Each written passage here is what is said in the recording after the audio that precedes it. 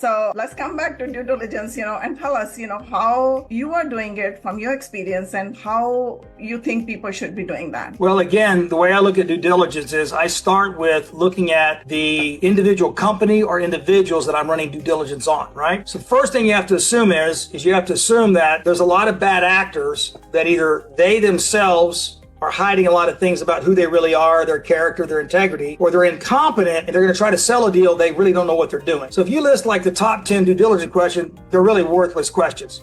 Have you ever been sued? Are you under regulatory? Do you have any regulatory issues?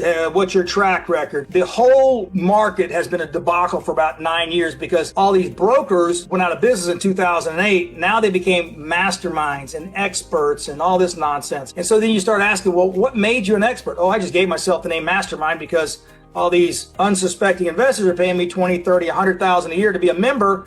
I'm making 5 or 10 million a year selling fake memberships, right? So my level of due diligence is fine. I say, well, if you're a mastermind and you're the instructor of the class, like in college, well, I need to see your pedigree.